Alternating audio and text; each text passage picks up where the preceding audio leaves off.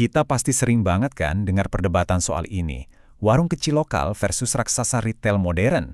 Sering banget digambarin kayak pertarungan David lawan Goliat. Tapi, apa ceritanya emang sesederhana itu? Nah, ini pertanyaan utamanya. Dalam pembahasan kita kali ini, kita akan coba bongkar sebuah narasi yang mungkin, ya bakal bikin Anda kaget. Oke, langsung aja kita mulai. Pertama-tama, kita lihat dulu yuk, siapa sih yang selama ini selalu jadi kambing hitam dalam cerita ini? Jadi kan gini, di satu kubu ada warung tradisional yang jadi jantungnya komunitas, pelayanannya personal banget. Terus di seberangnya ada retail modern yang nawarin efisiensi, barang lengkap, dan jaringan yang luas. Narasi yang kebangun kan jelas, yang gede pasti makan yang kecil. Tapi tunggu dulu. Nah, ini dia. Kutipan ini benar-benar membalikkan cara kita berpikir.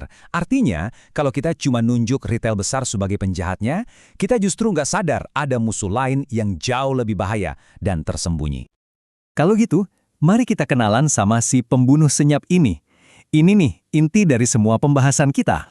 Penting buat dicatat ya, pembunuh ini bukan satu perusahaan atau satu orang, bukan. Dia itu sebuah sistem, sebuah ekosistem bisnis yang udah rusak parah. Dia nggak nyerang dari luar lewat persaingan, tapi justru dari dalam, mencekik pelang-pelang. Senjatanya apa aja? Ya ini dia. Ada pungli yang terus-terusan menggerogoti modal. Ada birokrasi perizinan yang bikin pusing 7 keliling. Ada kebijakan yang hari ini A, besok B. Dan yang paling parah, dana bantuan yang harusnya jadi penyelamat malah raib di tengah jalan. Coba deh, kita bayangin posisi kita sebagai pengusaha kecil. Proses yang harusnya jadi gerbang buat usaha kita jadi legal, malah jadi kayak labirin penuh jebakan. Tiap langkah ada aja biaya silumannya, ada aja penundaan yang nggak jelas alasannya. Ujung-ujungnya gimana? Ya banyak yang nyerah, milih buat tetap informal aja. Dan ini bukan pilihan loh ya, ini keterpaksaan. Akhirnya mereka nggak bisa dapat pinjaman dari bank, nggak punya payung hukum, dan ya, nggak bisa naik kelas. Oke, sekarang kita udah punya kacamata baru nih. Coba kita lihat lagi posisi retail-retail besar itu. Apa mereka beneran 100% musuh? Padahal, kan aturannya itu udah ada loh. Soal zonasi, soal jarak minimarket dari pasar. Masalahnya bukan di kertas aturannya, tapi di lapangannya. Kalau sistemnya korup, aturan sebagus apapun ya jadi macan ompong aja. Dan tahu nggak yang menarik? Di balik semua cerita persaingan ini ternyata ada loh celah buat kerjasama.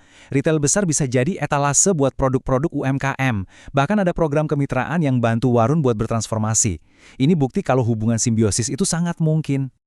Jadi, intinya di sini nih, retail modern itu bukan musuh yang mutlak. Mereka itu cuma pemain di dalam sebuah sistem. Kalau sistemnya adil dan bersih, mereka bisa jadi kawan. Tapi kalau sistemnya rusak oleh korupsi, persaingannya ya jadi nggak sehat dan nggak akan pernah adil. Oke, tadi kita udah bahas musuh dari luar. Sekarang yuk kita coba jujur, lihat ke dalam. Karena selain sistem yang bobrok, ada juga tantangan dari dalam UMKM itu sendiri, yang sayangnya malah jadi makin parah karena kondisi di luar sana. Coba lihat angka ini. Gila kan? 82%. Menurut riset global, sebanyak itu bisnis kecil gagal bukan karena kalah saing, tapi karena salah urus keuangan atau cash flow. Ini masalah internal yang krusial banget. Nah, data ini makin memperjelas lagi penyakitnya apa aja. 40%-nya karena manajemen keuangan yang amburadul.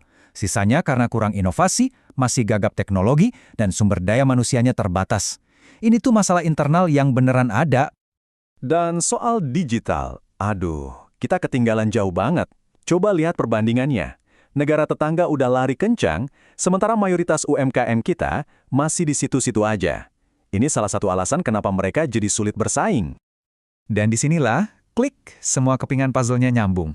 Harusnya, kelemahan-kelemahan internal tadi bisa dibantu lewat program pemerintah kan? Tapi apa yang terjadi?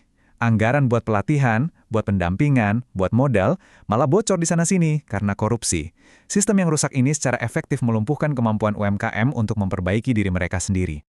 Oke, semua potongan puzzle-nya udah kita lihat. Sekarang, mari kita susun jadi satu gambaran besar yang utuh. Dan inilah kesimpulan besarnya. Jelas banget, lugas, dan langsung ke intinya. Bukan kompetitor, tapi ekosistem busuk itulah pembunuh yang sebenarnya. Jadi, inilah rantai-rantai yang beneran ngebelenggu mereka. Mereka susah maju bukan karena ada toko gede di seberang jalan, tapi karena kaki mereka diikat sama pungli, birokrasi yang bikin sesak, dan kebijakan yang gak jelas arahnya. Artinya, udah waktunya kita ganti cara pandang kita soal masalah ini. Menyalahkan Indomaret dan Alfamart itu gampang banget. Itu cara paling mudah untuk lari dari tanggung jawab. Pertarungan yang sesungguhnya jauh lebih besar. Ini adalah perjuangan para pengusaha melawan sebuah sistem yang korup. Pertanyaan ini mungkin nggak bisa dijawab dengan simpel. Tapi setelah kita bongkar semua ini, mungkin sekarang kita jadi mikir ulang, kemana seharusnya jari kita menunjuk? Mungkin sudah waktunya kita berhenti menunjuk ke samping dan mulai menunjuk ke akar masalah yang sesungguhnya. Supaya UMKM kita bisa beneran lepas dari belenggunya dan tumbuh jadi tulang punggung ekonomi yang sejati.